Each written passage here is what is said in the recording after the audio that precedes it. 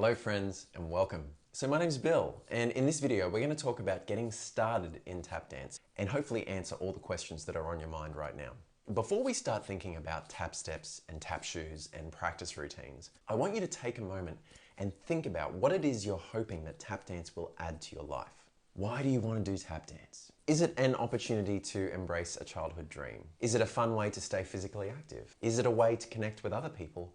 Or just a skill that you want to explore? Maybe it's something you want to embrace on the stage. Maybe it's all of the above. But it's important to think about this from the start and know what it is for you. Now, secondly, in this busy world of adulting and commitments and all the things that we have to do as responsible humans, does your current situation support your desire to learn tap dance? Remember that progress in any art form is made up from tiny incremental changes, and those changes do take time to build. By saying yes to trying tap dance, are you willing to say no to something else? And if you're still watching, I'm going to assume it's a yes. So first of all, tap shoes. Tap dance shoes are an incredibly important investment for any tap dancer to make. But do you need them to get started?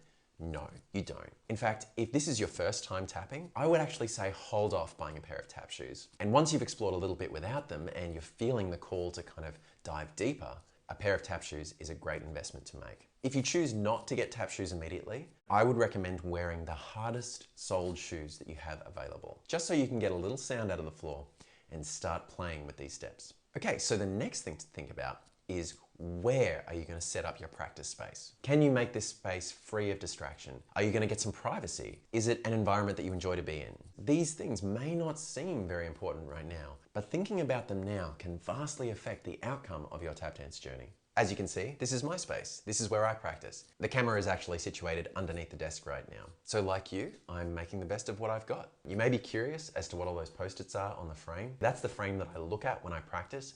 Whenever I have a thought that I want to remember as I'm practicing, I stick it up there as a reminder. Anyway, I digress. Now, as you can see, tap dance doesn't require a huge allocation of space. The more the better, obviously. But as long as you've got a minimum of 1 square meter or 3 square feet, then you're good to go. What do you wear when tap dancing? Well, doing tap dance doesn't require huge amounts of flexibility, but it obviously requires you to move. So wear something comfortable that allows freedom of movement. Who can do tap dance? How old is too old? How young is too young? Anyone can do tap dance. It's important to be aware of your limitations, of course, but tap dance doesn't require huge amounts of strength or flexibility and can be done at any age. Personally, I plan on tap dancing till I drop. What floor are you using? Needless to say, you don't want to go scuffing up your hardwood floors or scratching your tiles. So let's look at some flooring options. Okay, so when it comes to flooring, depending on how much space you've got available and how much noise you can make, there are a few different options that could work. So option 1, whatever you have available. Even in sneakers,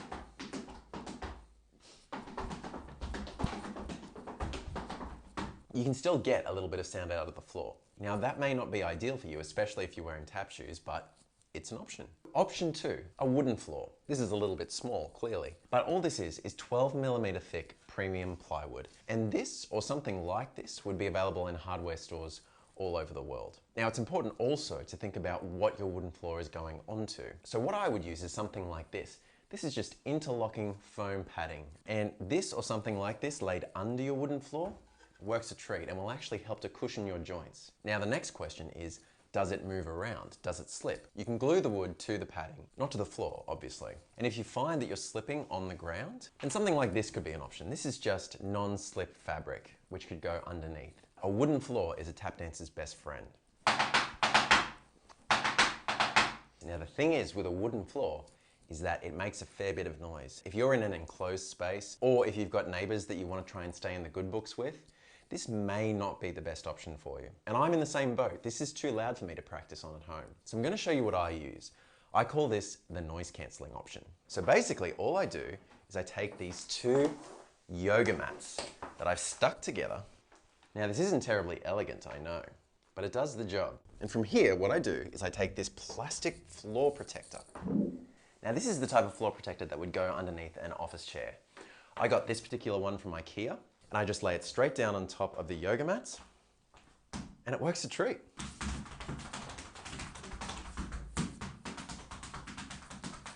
Okay, so does this option have the tone and the resonance of a wooden floor? No, it doesn't. And yes, of course, we do miss out on some of the more kind of nuanced sounds of a wooden floor, but for keeping the noise down, it works brilliantly. I use this every day.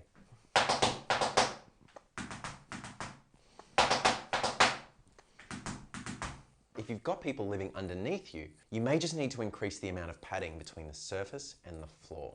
Now, whatever you choose, be mindful of the surface that you're setting up on. Remember, never ever dance directly on concrete or on wood that's laid down directly on concrete. Make sure you have some sort of padding between the wood and the floor. We want to be doing this long term, so make sure that you're being safe, you're looking after yourself, and you're cushioning your joints.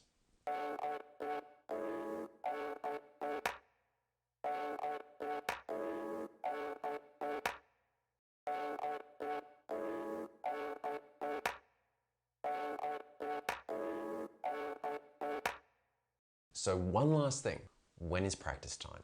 Practice is the quality time that you spend with your craft, and it's here that those tiny incremental changes really start to stack up. My question to you is, how much time can you realistically dedicate to tap practice? Ideally, this is a daily allocation of time, but naturally, this will vary from person to person. Remember, the more quality practice time you can invest, the more progress you'll achieve. For the days that you choose to practice, I recommend a minimum of 15 minutes per day and a rough maximum of 90 minutes. Can you go longer? Absolutely. But for me personally, after 90 minutes, I find that my brain and my body have taken enough. And make sure you take regular breaks and stay hydrated.